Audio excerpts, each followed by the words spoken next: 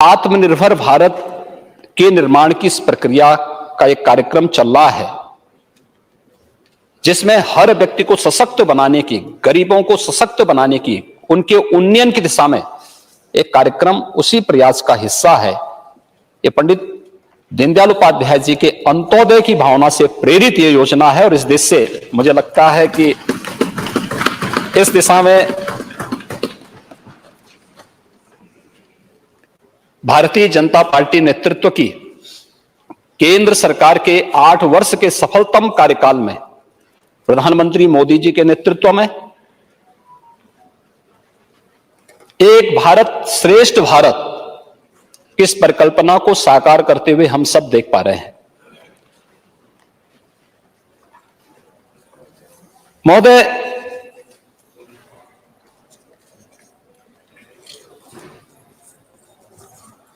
मैं देख रहा था कि अचानक अपने भाषण को आगे बढ़ाते बढ़ाते नेता प्रतिपक्ष उस दिन बाद में कुछ ऐसे मुद्दों पे आ गए जिनका बजट से संभवतः बहुत वास्ता रहा हो या न रहा हो।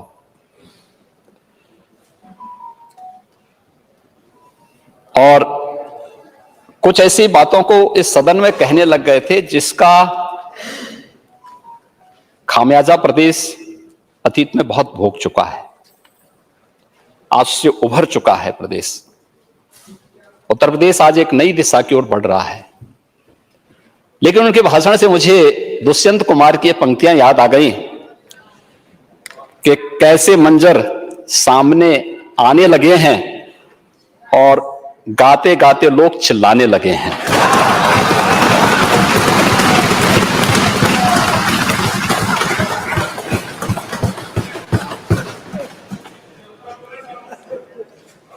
भाषण बजट पर केंद्रित होते तो लोग मानते जो भी रहा होगा, मैं खैर उस पर आऊंगा भी, लेकिन बजट पे भाषण केंद्रित होता क्योंकि प्रोसीडिंग का हिस्सा बनेगा। और यद्यपि हमारी भारतीय संस्कृति तो इस बात को मानती है कि शब्द ब्रह्म है, हम जो बोलते हैं वो नष्ट नहीं होता है, और फिर यहां पर जो कुछ बोलते हैं वो विधानसभा की प्रोसीडिंग का हिस्सा बनेगा, विधानसभा की प्रॉपर्टी का हिस्सा बनेगा। जब तक हमारा लोकतंत्र है तब तक यहां की दीवारों में यहां की लाइब्रेरी का हिस्सा होगा और आने वाली पीढ़ी को निरंतर उन सब बातों की तरफ सोचने के लिए मजबूत करेगा कि कैसे लोगों ने क्या बात कब कही थी। और इसलिए जब हम बोलते हैं तो बहुत सोच समझ करके हम लोगों को उन बातों को सदन में रखना चाहिए जो वर्तमान के लिए भी भावी पीढ़ी के लिए भी एक मार्गदर्शिका के रूप में काम आ सके। और इसी दृष्टि से मैं कह रहा था, जैसे नेता प्रतिपक्ष ने एक बात और कही कि उन्होंने अपने समय में बेसिक शिक्षा परिषद के स्कूलों का दौरा किया और एक बच्चे से उन्होंने पूछा कि मुझे पहचानते हो, तो उसने कहा कि हां, राहुल गांधी है।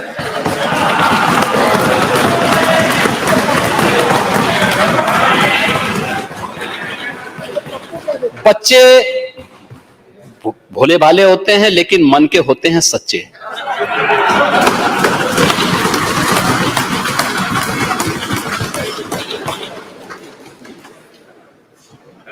जो बोला होगा बहुत सोच समझ के ही बोला होगा।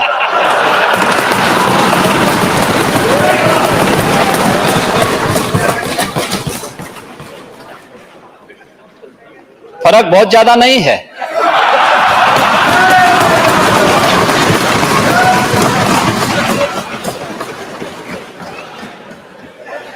फर्क केवल यह है कि राहुल गांधी जी देश के बाहर देश की बुराई करते हैं और आप उत्तर प्रदेश के बाहर उत्तर प्रदेश की बुराई कर लेते हैं।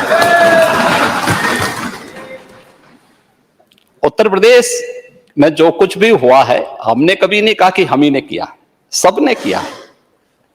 4 बार समाजवादी पार्टी को भी प्रदेश में शासन करने का अवसर प्राप्त हुआ, बहुजन समाजवादी पार्टी को भी हुआ, कांग्रेस ने लंबे समय तक प्रदेश में शासन किया, भारतीय जनता पार्टी को भी चौथी बार सत्ता में रहने का अवसर प्राप्त हुआ है। हर एक ने अपने अपने समय में कुछ ना कुछ नया किया है, करने का प्रयास किया है। अलग विषय परिणाम क्या है, और परिणाम वही ला सकता है जो समस्या पर कम, समाधान पर ज्यादा जोर देगा। यही अंतर है। हम लोग समस्या पर बहुत ज्यादा समय खर्च नहीं करते कि समस्या के बारे में चिंता हो जाए। कोरोना महामारी आई, हम लोग तैयारी में जुटे।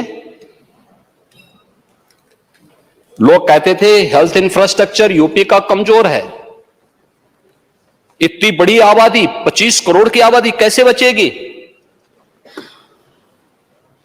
लेकिन जब कोरोना के सामने मजबूती के साथ उस चुनौती को स्वीकार करते हुए प्रधानमंत्री मोदी जी के मार्गदर्शन में, उनकी प्रेरणा से उत्तर प्रदेश सरकार खड़ी हो गई, कोरोना को भी दुम दबा करके भागना पड़ा है। ऐसा नहीं कि दुनिया के अंदर जो परिणाम आए, मैंने पिछले दिनों वे सभी बातें आपके सामने रखी भी, बहुत विस्तार से नहीं जाना चाहूंगा। लेकिन सरकार की मंशा सही हो, और इसीलिए मैं केवल एक बात कहना चाहूंगा। एक मनीषी ने बहुत अच्छी बात कही,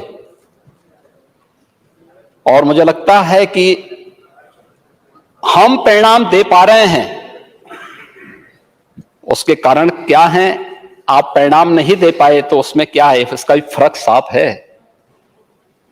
फर्क साफ है, और वो फर्क साफ क्या है